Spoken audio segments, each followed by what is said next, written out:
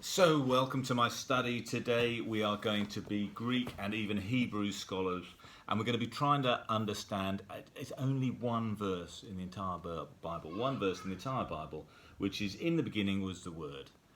Okay, so it's the start of John's Gospel. It's what we've got today. It's only 7 words in English, it's 5 words in Greek, and they're not even long words, but believe it or not, it's just hard to understand. There's no, you can't beat around the bush. I don't think this is kind of obvious because John's trying to make these simple words say something very big and very profound. And logos itself is complicated. Beginning is a little bit complicated. Logos is very complicated. So before we get into the heavy stuff, I thought I'd start with an easier way in, which is a return to the 80s and a TV advert. Do you remember that You Got an Ology, which was the Maureen Lipman advert? She's this over-eager grandmother, and she calls up her grandson about his GCSE results. And he said, "Oh no, I failed everything." She said, "What? You failed everything?" "Yeah, I failed maths, I failed French, I failed geography." Didn't you pass anything?" "I passed pottery." "Oh, Anthony, the world will always need plates."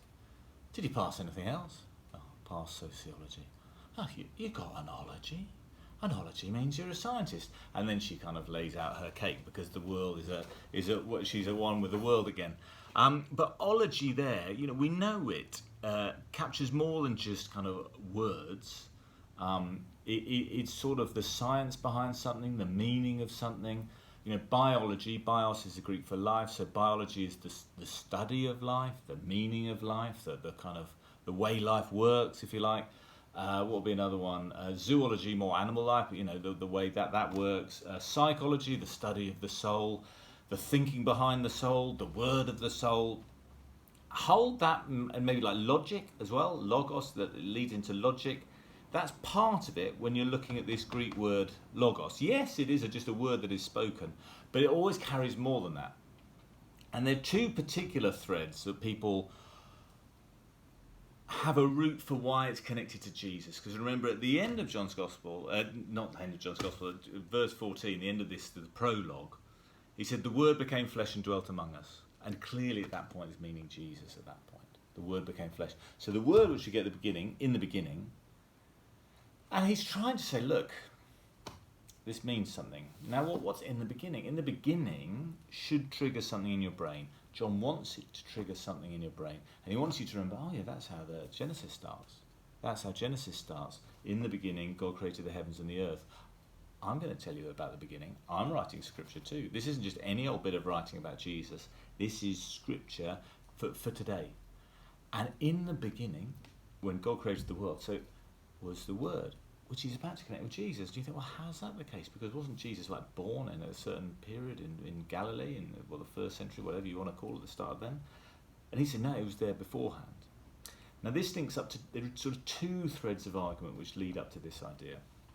The first is in a reading which we've heard already this morning, if you're hearing this at church, when there's the Old Testament idea of wisdom.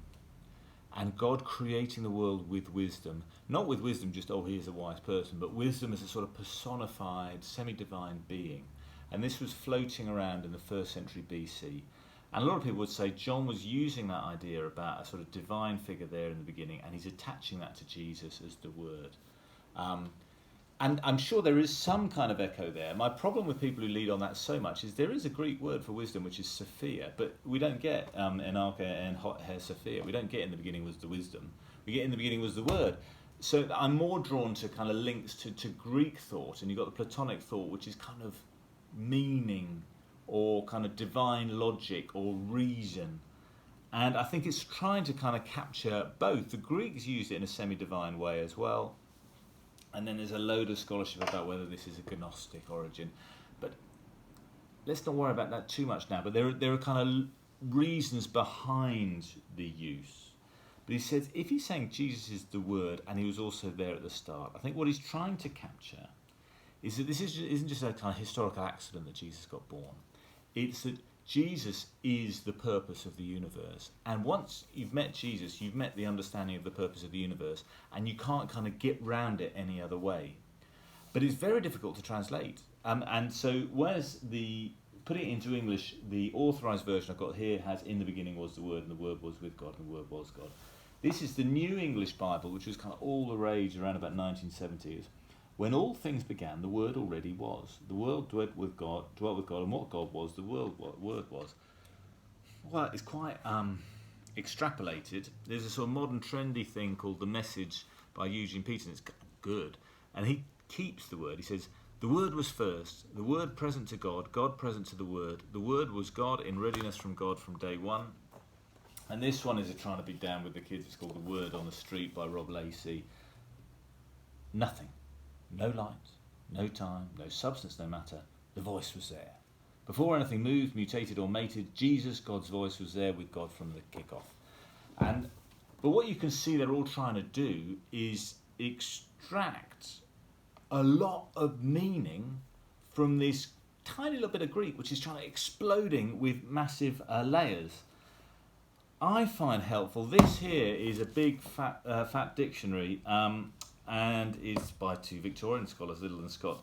And here they put for logos, so you could either translate it as the word, and then they put it, or outward form by which the inward thought is expressed. Outward form by which the inward thought is expressed. And then they go all through kind of a Gorgias and Plato and Sophocles and stuff like that. And they do mention at the end, it's in the Gospel. But isn't that a beautiful way of putting Jesus' role in the universe? He is the outward form by which the inward thought of God is expressed. And he is here and he has been made flesh. So in the beginning was the Word. So this conception of God, it's always meant to have an outward form. And that form will be Jesus. And there's something behind that. It's on the one hand deceptively simple. When you're learning Greek, you can kind of learn these words really quite easily. But the meaning behind them is very, very complicated. But I think it's trying to say Jesus is God's thought laid out on earth. And if you truly encounter this man, God, becomes the basis on which all the rest of the stories you ever tell about life are there. And so it's an incredibly important verse, but look, it's not easy.